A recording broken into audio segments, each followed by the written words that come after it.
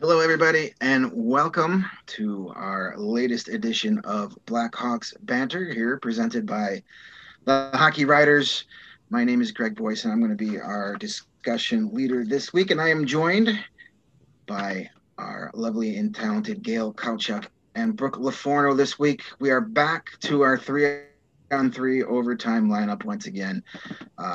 Literally a man down this week.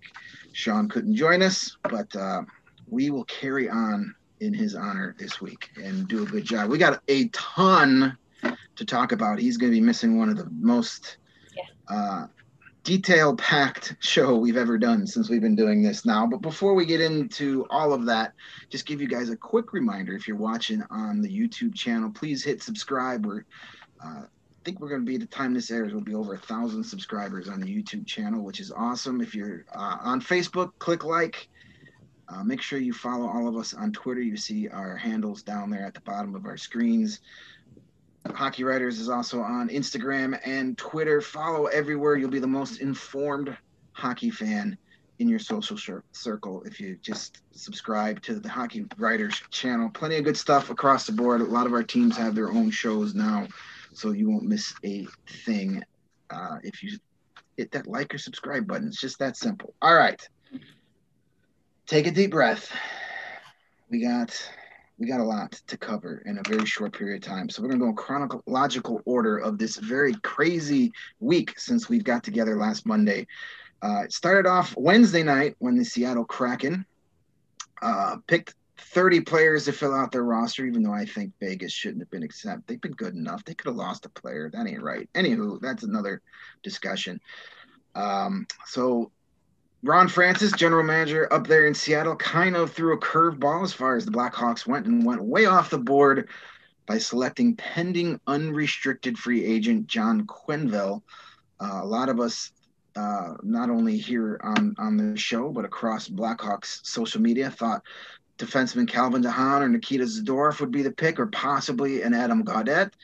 But they went Quenneville. So what do we think about that pick? Gail, what did you think when you saw that name flash across the screen? Well, it's kind of weird because I just kind of felt like the whole expansion draft was a little bit underwhelming at best. Seattle Kraken general manager Ron Francis acquired a couple big names, but for the most part, his theme was just to go young and save money.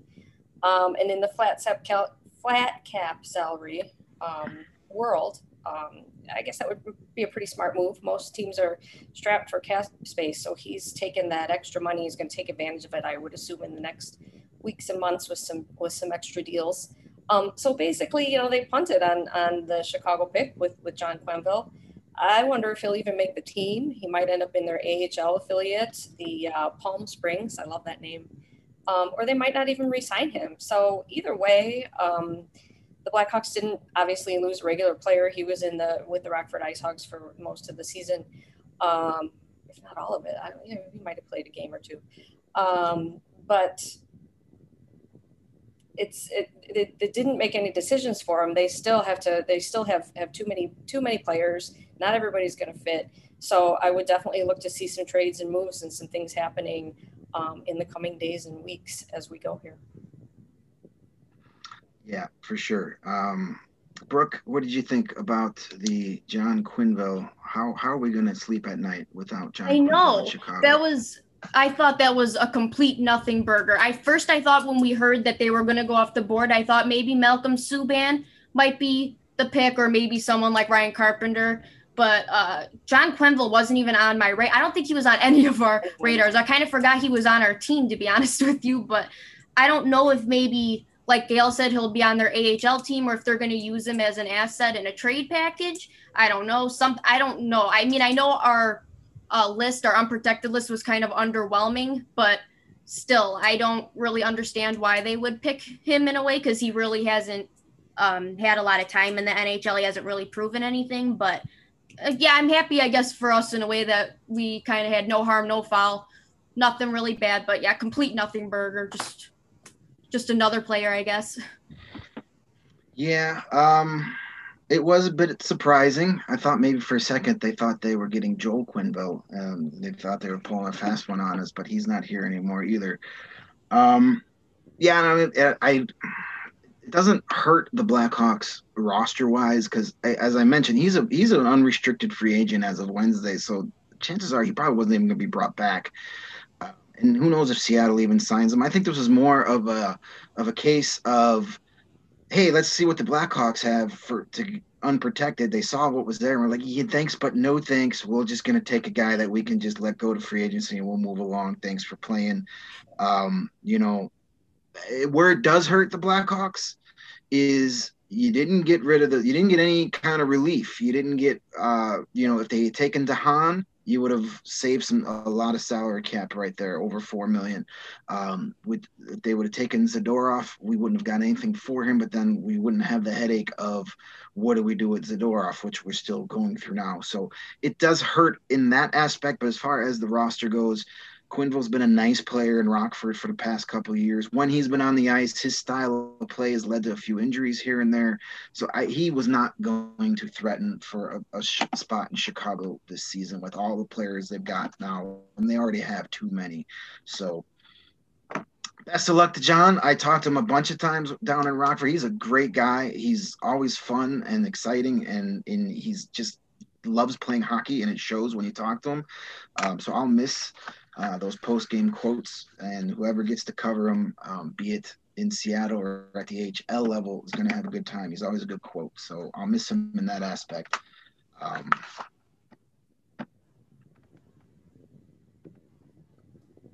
He hung up. I don't know why that happened. All right, we can edit that later, but I have no idea why it just disappeared. All right, on to the next topic. We'll stick with this expansion draft. We'll kind of just give a little brief what we thought happened. It was an interesting night. It definitely was not what we saw with Vegas. Didn't have the star power, so to speak. So just quickly, what did you guys think of Ron Francis overall? Is there a move that really stuck out and grabbed your attention? And do you think, as of now, they're a playoff team? Brooke, what do you think overall of Seattle after the draft? I would say not a playoff team.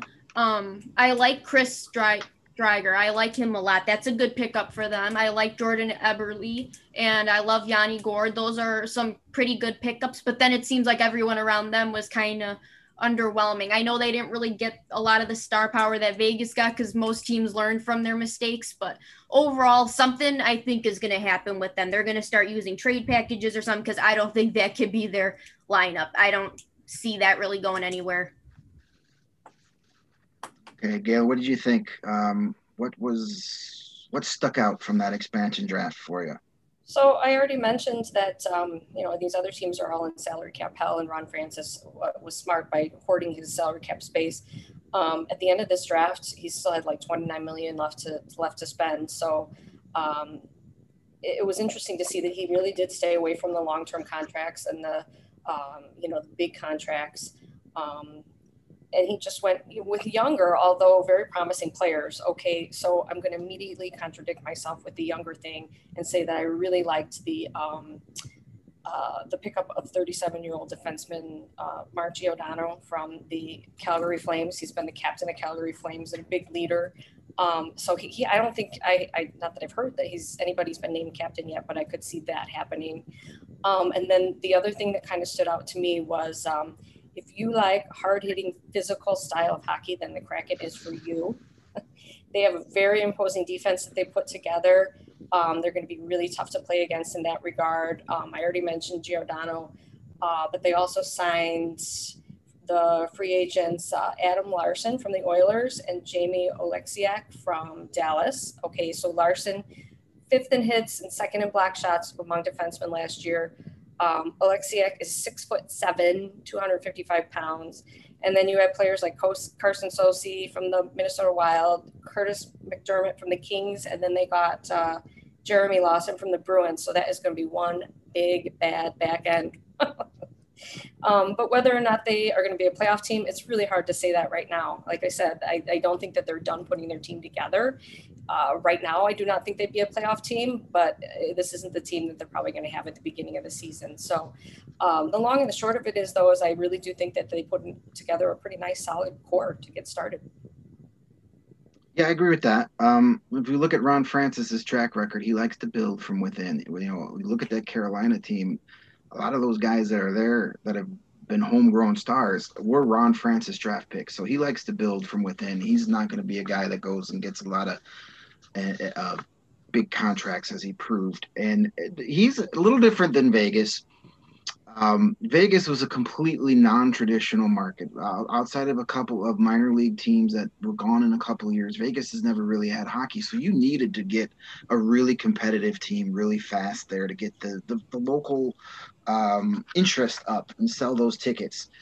Seattle doesn't necessarily need that. They've had a lot of hockey up in Washington State in the Seattle area. You look at the WHL, the Seattle Thunderbirds have been a super popular team, junior team in Seattle for years. There's other teams up there, Everett, a couple others in that area in Washington State. So hockey has a following there. Plus, Seattle has proven without a doubt that they have one of the most dedicated fan bases in the country.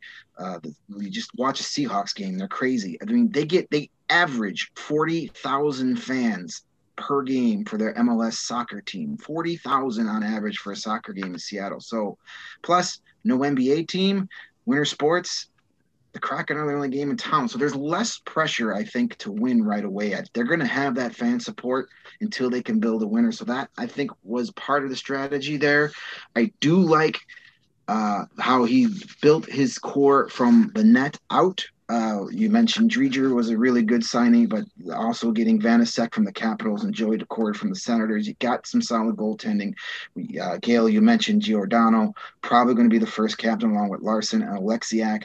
On the back end, those are three really good veterans. Plus, I really like the pick of Vince Dunn from the Blues, and then you throw in, you mentioned Jeremy Lazan from the Bruins, and then Dennis Cholowski that they got from the Red Wings was kind of one of those guys that has a lot of potential, just hasn't been getting a shot yet.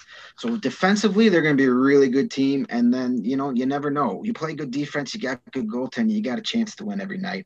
I don't think they're a playoff team right now, but they're not done building this roster.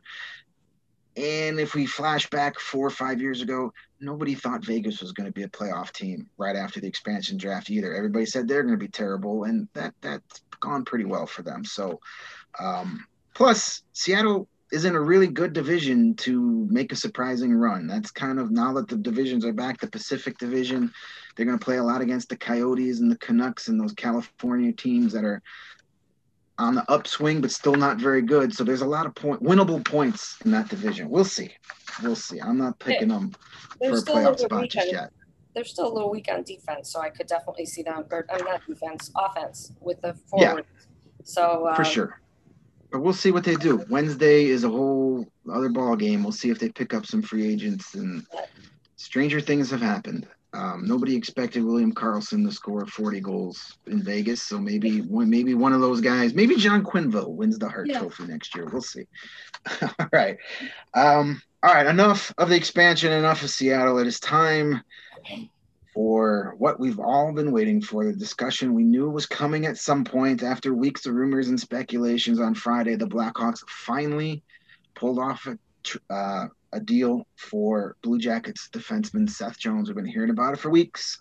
They finally ironed it out. In the end, Blackhawks sent Adam Boquist, defenseman, along with the 12th overall pick and 44th pick from this past weekend's draft, as well as their first-round pick next year to the Blue Jackets for Seth Jones, and we also picked up a sixth-round pick from them, 2022. And if that wasn't enough, they immediately signed him to an 8-year contract worth $76 million, $9.5 million salary cap.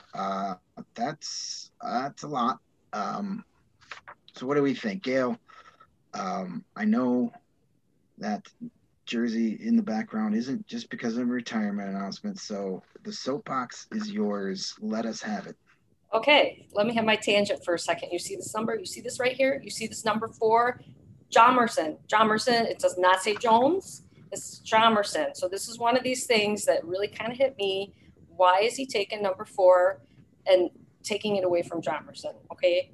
One of my Twitter followers actually said, he could have taken Big Buff's number 33. I'm like, oh my God, right? He's been number 3 his entire career. Seth Jones has. So double that. And then he doesn't have to poo-poo on Hjalmarsson. So I don't know. That just made me angry. Okay. I'm done with my rant. Okay, let's start with the number 4 thing aside. Let's start with the positive. Seth Jones is going to be a huge boost for this team, a huge boost for the defense, huge boost for the team in general. I do believe that last season, or even the last couple seasons, has been a bit of a fluke. His previous body of work is what he's hopefully going to bring to the Blackhawks. So from purely a hockey standpoint, I'm excited. I'm excited to get Seth Jones into the fold. But from a business standpoint, man, I do not like this trade at all. Is he really okay? He's going to be the best defenseman on the team, right when he comes in. But is he really that elite that he's worth all that the Blackhawks gave up for him? Adam Boqvist and all of those picks. And even that I could get over, but $9.5 million for the next 8 years, that is a lot of money. It's a lot of term, and no movement clause to boot. So, he's just one guy, and I feel like the Blackhawks are likely going to be forced to sacrifice other talent in the future in order to pay Jones his hefty salary, and it's just an extremely risky move. And I also feel that it puts tons of pressure on Seth. With that kind of contract, he's basically being asked to put the team on his back and do his very best with absolutely no wiggle room whatsoever. And that's going to be tough. And I just hope that it doesn't come back to bite everybody in the butt. Yes, it's not a Stan Bowman contract until that no movement clause is added in there. That's like he gives those away like Snickers bars on Halloween. Brooke, what do we think? Seth Jones trade is over now that we got an idea. How are we feeling about it? Like, I don't want to sound like a hypocrite because I did say before that I would take Seth Jones because honestly, Seth Jones is better than anyone on our defense at the moment. So, but my issue, like Gail said, is the business side of this. This contract actually, now that I've kind of let it settle, really does make me mad a little bit because the team has other issues besides defense. We have issues at goaltending. We have issues at center. We have issues with scoring. So now I feel like, okay, if we want to contend, we're back to square one because we can't really do a lot with this handcuffing us. And I like Seth Jones. It's really not about that, but he's also a career minus 25. So in a way, I feel like if he's going to be making more than Alex Pietrangelo and Roman Josi and Victor Hedman, I'd almost kind of want him to prove it that he fits in the system and can perform before giving him a contract like this, because it could be that Columbus's system just wasn't right for him, but maybe it'll be different here. I don't know. Business side of it, I hate it. And to be honest, that sounds like a Stan Bowman move. We can't have any good thing without something there ruining it, which would be, the full movement clause was just another salt thing that he just puts in there. I don't know. So yeah, I hate it business wise. I like him. I really hope he proves me wrong and proves that this contract is not destructive for our future. Yeah, at first, I was a little frustrated by the move because it was like, well, why is a team that's supposed to be rebuilding giving up assets? Pick a lane. You say you're rebuilding, but then again, the immediate shock wore off, not shock, but reactions wore off, then it made more sense to me. Listen, Boqvist, I'm as big a fan of Adam Boqvist as we have around here. I still think he's going to be a really good player, but he's never going to be as good defensively as Seth Jones is right now. He might be better offensively down the road, but he may not be anything. We don't know yet. So you got an uncertain commodity for one unknown commodity. You moved down 20 slots this year. Other than that, you only gave up a first and a second rounder. It sounds like a lot. Hey, but the way Stan Bowman is, whoever we would have picked next year in the first round, he'd just trade in 3 years anyway, so it doesn't really matter, right? So when we first started these conversations, you were hearing Kirby Dach and Lucas Reichel and a first-round pick. So we didn't give up a whole lot in the grand picture, in the grand scheme, because especially if Seth Jones does become that elite number one defenseman that Stan Bowman believes he will, then what we gave up for him was nothing. And what we're paying him will be what an elite number one defenseman gets on the open market. And we have him locked up for ideally the prime of his career. As Bowman pointed out, He's 26 entering the season. Duncan Keith was 26 entering the 2009-2010 season when he took an elite player. Will the same thing happen? I don't know. Can he be an elite number one defenseman? I think he can. I don't think he's got the right coach per se to take that jump, but that's again another discussion. But it's there, so it's a gamble. I don't think it's as big as a gamble as a lot of people do. I wasn't a huge fan of going for him per se, but you know, all said and done, what you gave up for a guy that could be a number one elite defenseman, it's not that much. And I'm not sweating the salary cap implications right now either, because you got to look down the road. There's a lot of money coming off the books here in a couple of years. The Shaw deal is off the books completely next year. Seabrook 2 years. Both the Taves and Kane contracts are off the books after Jones's first year. And regardless what happens, even if they both come back, Kane and Taves, they're not coming back for a combined $21 million cap hit. So it will be okay. The last couple years of that deal may look terrible, but you know, that's a bridge to cross when we get there. A lot of things are going to change between now and then. So I will give Stan Bowman credit for being aggressive, targeting the guy he wanted, getting it done for a lower cost than a lot of people had originally predicted. We'll see what happens. It could be a complete blow up. It could be awful. But to say he got fleeced without a game happening, as a lot of people like to say, that's just ridiculous. You got to give it time and see how this plays out. Not only on our end, but what happens in Columbus with the picks and with Boquist as well. Oh, we have plenty of time. We've got this year and 8 more years after that. So we got 9 years to figure it. Nine. Right. Unless we get another expansion team and we can unprotect them, and then somebody will take them. Or we're going to unload them on Arizona. That seems like, we got options. I am not worried about 7 years from now. Lord willing, we're all still here, and we'll see what happens. So, you know, there'll hopefully be a different GM by then, hopefully, and we'll see what happens. All right, before we move on to the entry jack, just want to remind you guys, if you're watching on YouTube, hit the subscribe button. On Facebook, hit like. Don't forget, you can get all of our audio-only versions available wherever you get your favorite podcast. Just search for the Hockey Writers, and you'll find us and all of our great shows there. If you prefer to listen to in the car or on your walk, whatever you guys do, you can check it out there as well. So shortly after the big trade from getting Seth Jones, the entry draft started. Friday night was the first round, and Stan Bowman used the final pick as we slid down to 32 because of the trade. This was a pick that was originally Tampa Bay's pick, and he took defenseman Nolan Allen of the Prince Albert Raiders from the Western Hockey League. A lot of scouts had Allen ranked far lower than where he went. So this pick can be considered a reach, which is kind of Stan's deal here in the draft. So what did you think of this pick? Brooke, we'll start with you. What do you think of the Nolan Allen move? I don't like it that much, to be honest with you. This sounds like a Bowman move to me. If you looked at his scouting report, it said everything was below average, skating below average, skills below average. Like, I was like, okay, what are we doing here? I don't like it. I kind of wanted us to target forwards, and we keep going defense. So I don't know. I really have a hard time believing that this will amount to anything, but I was not impressed at all with that selection. Okay, Gail, did you like the pick, or do you wish he went somewhere else?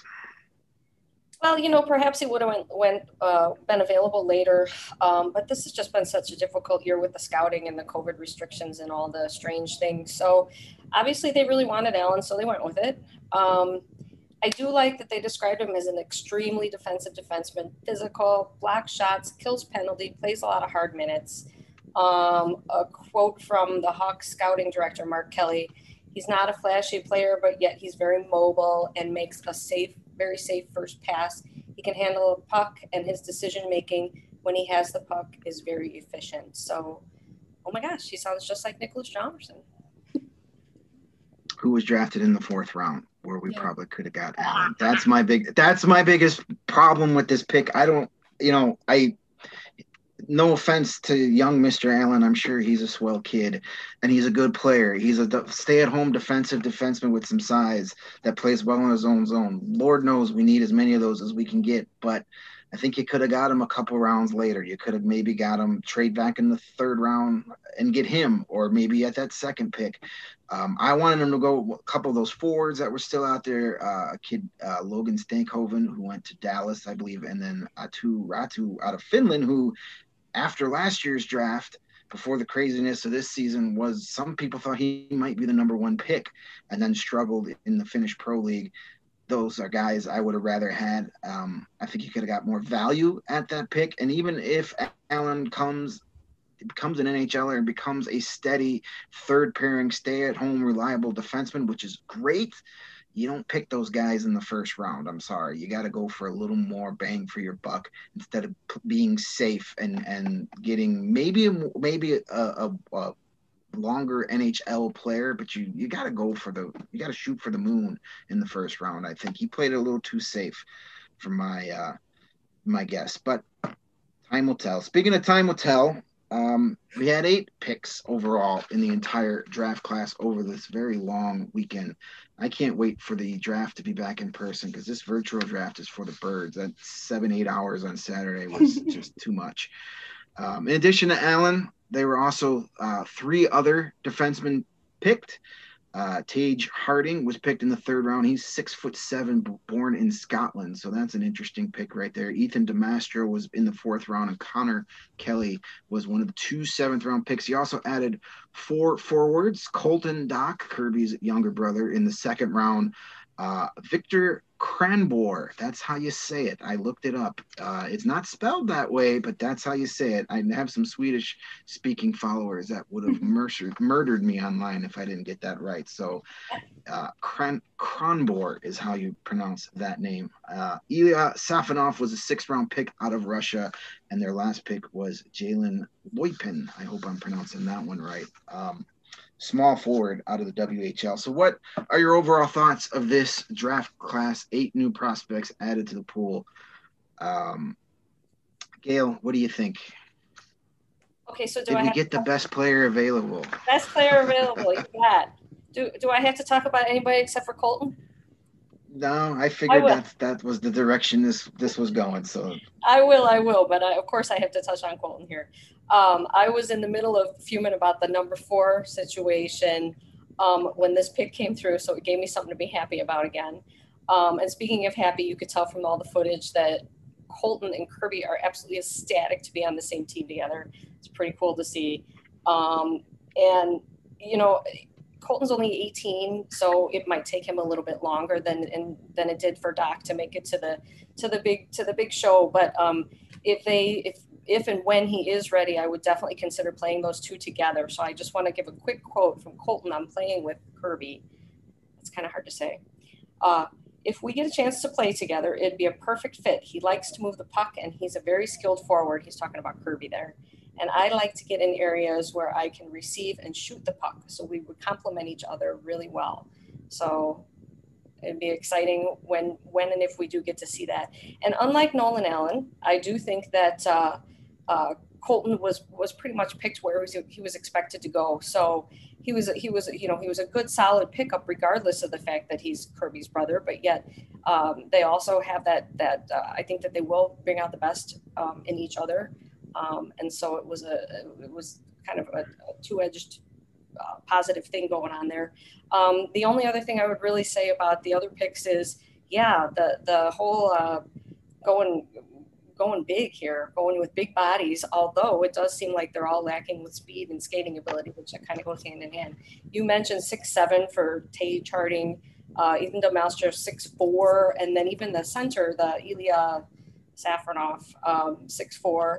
So lots of size. And then, of course, you talked about the Swedish. The Blackhawks love their Swedes. So they got one more Swede with Victor, however you say his name. Cranbour. Yes.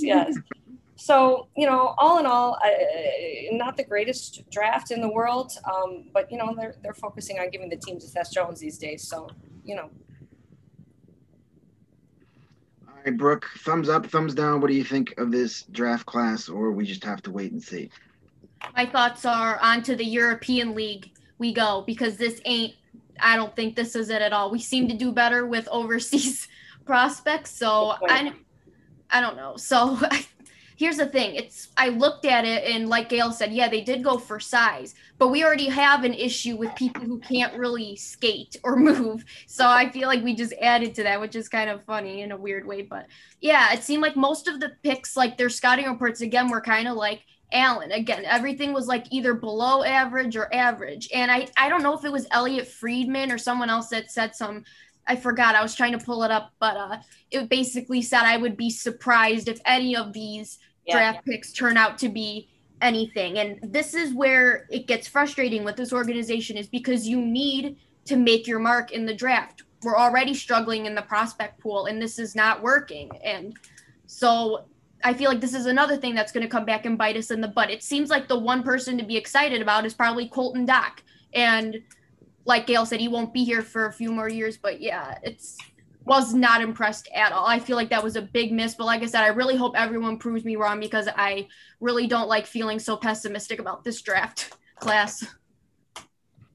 Yeah, as Gail sort of mentioned earlier, this is such a strange draft year with, a lot of leagues playing shortened seasons, a couple leagues not playing at all. So some of these players didn't even play this year. You had very, if any, in-person scouting, which is huge. There's a big difference between watching a kid on videotape from center ice to being there and seeing everything, seeing the whole picture. Part of scouting is not just watching the kid play on his shifts. It's seeing how he reacts on the bench. It's seeing what he does, as when the team is up big or down big. It's just not there's a lot that goes into it. So a lot of that was missing from this year's draft class. So I think in 3 or 4 years, we're going to go through this order, not just for the Blackhawks, but league wide. And there's going to be a lot of people where you're going to be like, God, I can't believe that guy was a first or second round pick. And then there's going to be other guys that are like, holy crap, how did that guy fall to the 5th or 6th round? Just because there's so many unknowns.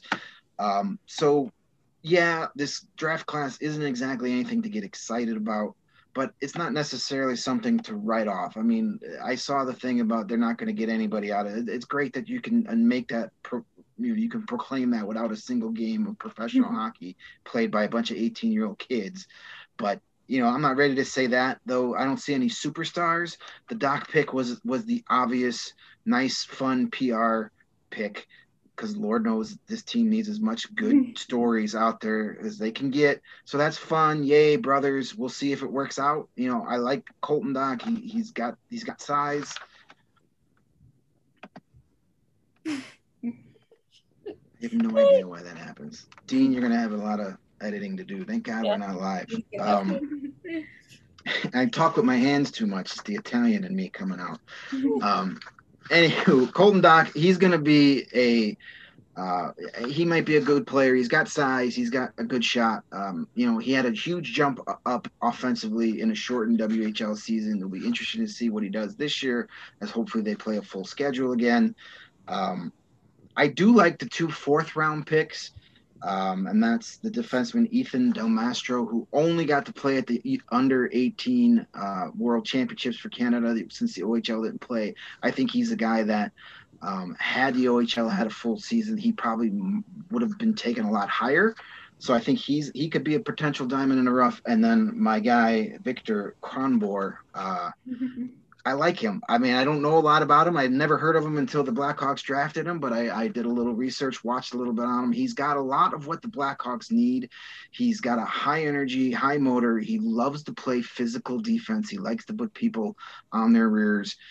He's always moving 100 miles an hour, but he's not undisciplined. He plays controlled. He plays with himself. He doesn't take a lot of penalties.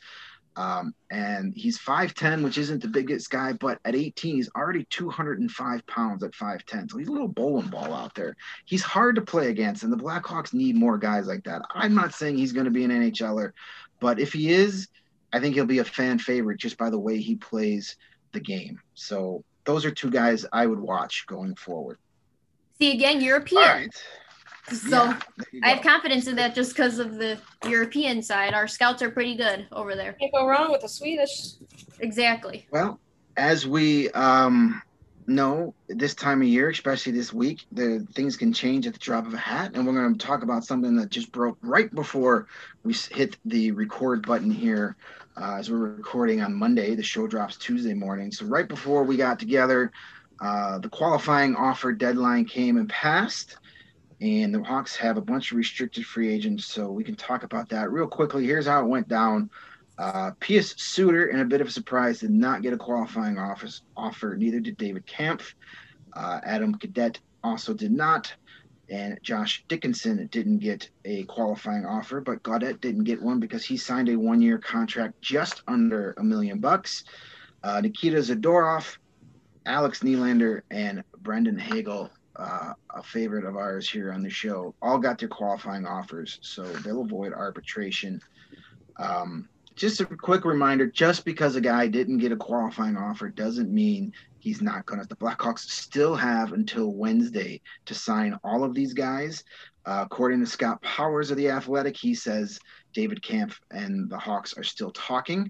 And Ben Pope from the Sun-Times reminded us that in 2019, David Kampf wasn't given a qualifying offer and got a contract. So be interesting to see with Suter. But what do you guys think of how this went down, Brooke? Should we be worried right now, or is this about how you thought it would go down?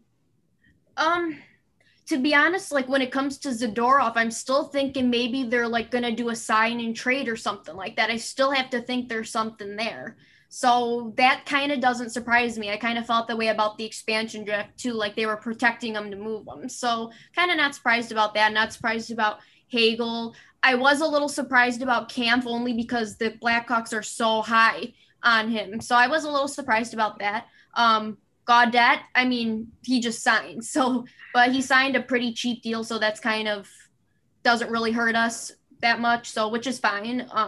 But overall, not really surprised by any of this because the ones that you would expect to get qualifying offers like Hagel did. So I feel like as long as that happened, then that was pretty successful. But we'll have to see how this pans out because, like you said, they could still sign even if they didn't get qualifying offers. But Zadorov is the one that really piques my interest. I have no clue what they're doing there. Yeah. Gail, what do you think? Has Pius Suter played his last game with the Blackhawks? Or you think they're going to come to an agreement here? Well, I just have pulled up Scott Powers retweeted from Pius Suter's agent, Georges Mueller. The negotiations between the NHL Blackhawks and Pius Suter didn't lead anywhere yet. Looks like he'll become an unrestricted free agent by Wednesday. 14 goals, 27 points in 55 games played in his rookie season. I'm guessing that they're just not coming together with Suter thinks that he deserves more than what the Blackhawks are willing to give. And with the fact that they do have a lot of kind of middle six forwards, I thought that Suter was more of a top six forward, but I don't see this coming together. He might be the one that kind of gets it doesn't work out in regards to Kampf. I think that they'll sign him. They just are still working it out. Same thing with Hagel. I would assume that Nylander, though, they're going to get for relatively cheap as well. So I would see those guys all coming back. You had said Zadorov. I don't think that he will be a Chicago Blackhawk at the beginning of the season, but they've been trying to trade him. They made him a qualifying offer so that they can at least maybe hopefully get some asset from him.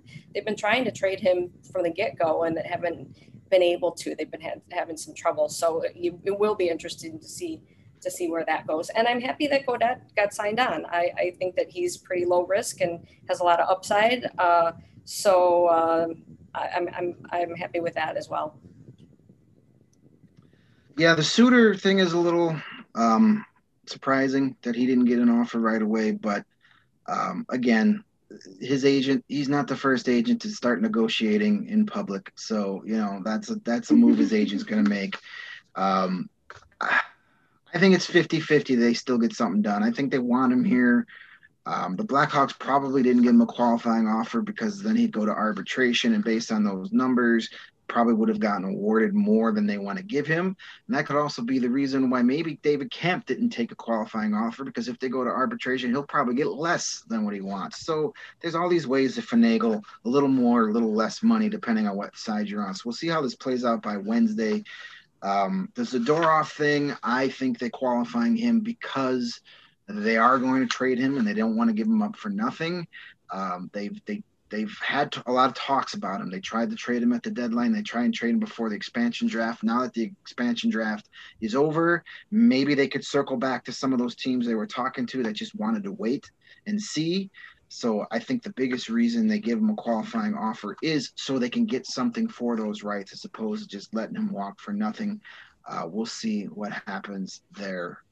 But we've kind of been figuring out 100 ways to get him off our roster. So he's probably going to be starting defenseman on opening night at this pace. But I don't think that's going to happen. Playing that's what Seth Jones. Yeah, that's what he gets for taking Andrew Ladd's number. Get him out of here, that bum. All right, let's quickly do our last topic here. This show's running long, but we knew that was going to happen with all the news we want to cover. Free agency starts Wednesday, as we sort of mentioned already. The Blackhawks still have a lot of holes on their roster, and they're working with somewhere around $10 million, depending on how you read the salary cap page. It's very complicated. But they still have those restricted free agents to sign, so they're not going to have a ton of money to spend. Now that we've got Seth Jones, the Dougie Hamilton train has left the station. That's not going to happen. So if there's one guy that's still out there on the free agency market that you guys want to sign, be it a role player, a first-line guy, who is it that you wish is on your free agency wish list? Brooke, we'll start with you. Who do you want to see become a Blackhawk?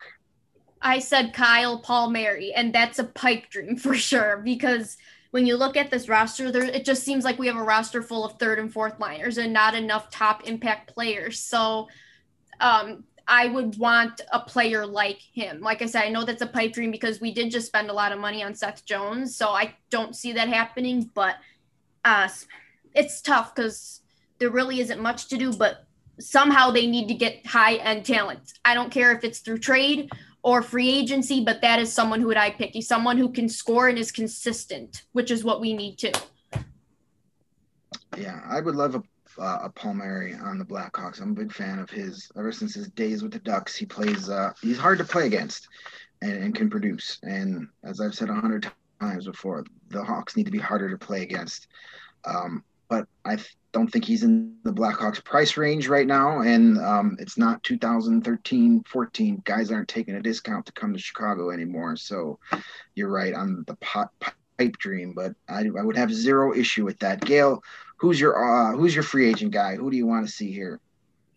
Okay, well, my pick here was Philip Denault, and the reason I said him is because I just get a really sick feeling in my gut based upon Stan's latest press conference when he was kind of vague about what's going on with Jonathan Toews, and I just really am concerned that Toews is not going to be ready to come back, and if he is, he's not going to be full capacity. So that being said, I really think that they need center depth. They need a good two-way center.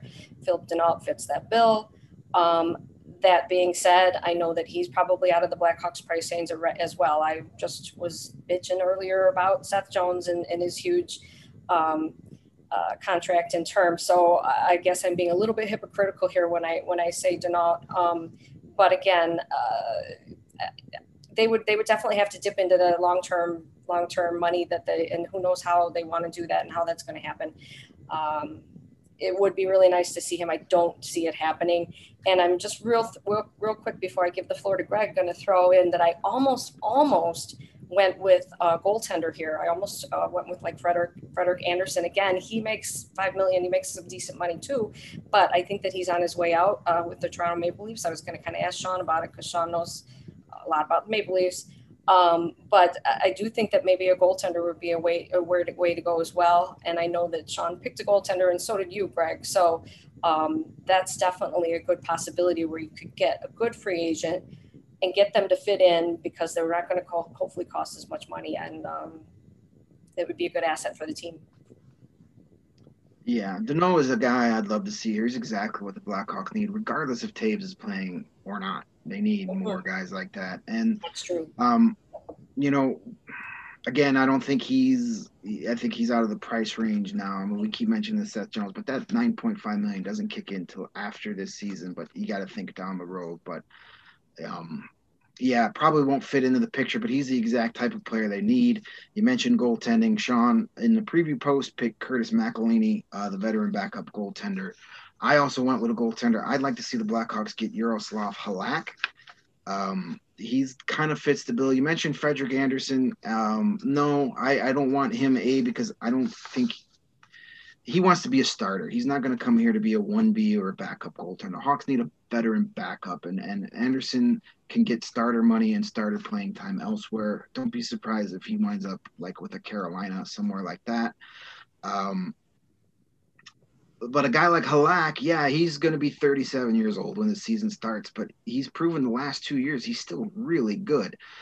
He did a great job with Boston backing up Tuukka Rask the last 2 seasons, and with Rask's health problems and issues and leaving in the bubble last year during the playoffs to be back with his family, he's proven that if you have to give him the reins and let him be the starter for short periods of time, he can handle that too.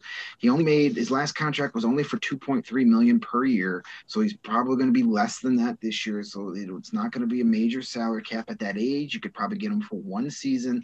He's the perfect kind of guy that you put out there with Kevin Lankinen. He's a guy that has been in the league now. He was drafted way back in 2003. He's played in a ton of games. He's seen just about everything. He's the perfect guy to mentor a Kevin Lankinen, and also coming across from Europe and adapting to the not only the North American game, but the North American lifestyle. That could help Lankinen as well. So I see it as basically getting a high quality veteran backup that could still start 20 games for you and produce well. And also, it's almost like having, it's having a mentor for Lankinen, and almost like having another coach out there just for him. And if you believe Lankinen is your goalie of the future, that's the type of guy that can help him down the road. And we know Lankinen is a student of the game, so having a guy like Halak there to teach him some lessons could go way beyond this year. So that's the guy I'd like to see. Definitely a veteran goalie, as I think their biggest need. In their price range. So we'll see what happens. We'll talk about that next week as free agency starts Wednesday. So we'll have a lot of other things to get mad online about before then. And of course, we can't leave without mentioning that Niklas Hjalmarsson, I didn't forget. I was going to do it regardless. I know he's your all-time favorite, and no one can ever have his number despite it not being retired. But Niklas Hjalmarsson, he announced his retirement today, and yes, we are all big fans. He was, he was a warrior. There's those cup years. He did all the unheralded, dirty, painful things that a lot of times go unnoticed. While Keith and Seabrook were getting all the attention and the spotlights on the top pairing, him and Johnny Oduya, those 2 years, man, they were so good. Hjalmarsson was maybe one of the best defensive defensemen we've ever seen here in this town. Probably the most underrated defenseman of the last 20 years. Never got his props on a national level that he should have. We obviously thank him for those 3 championships. He was a huge part of that. They don't win, especially those second 2. They don't win those without him. So we wish Nick all the best. Hopefully he comes back to town in some sort of capacity. I wouldn't be surprised we see him around these parts. Send him down to Rockford to be a development coach, and I can chat him up while I'm down there. That'd be great. I think, though, he probably needs a couple years just to go to Sweden and, just sit in a hot tub for, 2 years. And you'd think, but these guys is taken care of. these guys can't stay away. They can't stay away. That's all they know. Yeah. Come to Rockford, and he can tell me if I'm pronouncing Victor Kronborg right or wrong. But on the flip side, though, as much as we love Hjalmarsson, we also, we could say that we won that trade too. Years later, we got Connor Murphy out of that. So that was one of the few times Bowman traded a guy at the right time. Hjalmarsson was making a lot of money. He was obviously declining. We got Connor Murphy, who's been the best defenseman the Blackhawks had the last 2 seasons. So it worked out for everybody. Not so much for Arizona, but it worked out for us. So we didn't have to watch Nick's decline and get sad and people say he stinks online like so many other defensemen we had. So, he spared us from that by getting traded. So best of luck to the old hammer there, and don't you dare disparage his number, Seth. Yes. That's gonna wrap up. Damn it. I think it's gonna be all right. All right. Before we go over the time limit, we're gonna wrap up another episode of Blackhawks Banter. So much to talk about this week. I hope you enjoyed it all. Once again, thanks to Gail and Brooke for jumping on this week. Don't forget to like and subscribe on Facebook and YouTube. Follow us wherever you get your podcasts as well. Be good to one another, and we will see you back here next week. Thank you, everybody. Bye-bye.